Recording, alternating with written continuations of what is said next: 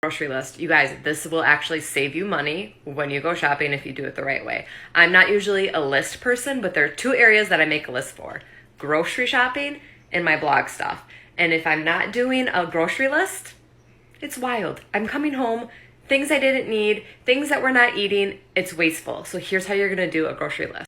First, you're gonna need somewhere to keep your grocery list, whether you are getting it from my meal planning bag, whether you're picking up a little magnetic one that you can get from the Dollar Tree, wherever. I mean, hang a piece of paper up. You gotta have somewhere to put and create the list.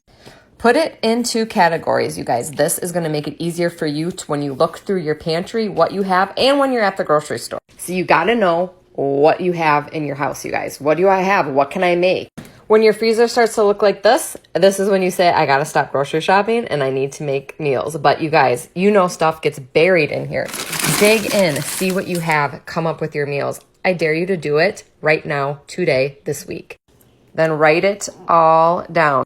I go to my trusted cookbooks because, well, usually the recipes always turn out. So any meals that I'm not gonna just, are classic meals and I want inspiration, I go to my cookbook, then I write those down. I will fill in with things that are on sale. You guys, this is a killer deal for 4th of July parties this week. But anyway, and not get too carried away depending on what my budget is with coupons and deals. The most important thing when you get to that grocery store, stick to that list unless you see something that is a crazy good stock up deal. And if you don't know what stock up deals are, you need to start there learning your prices and comparing, and we'll talk about that next.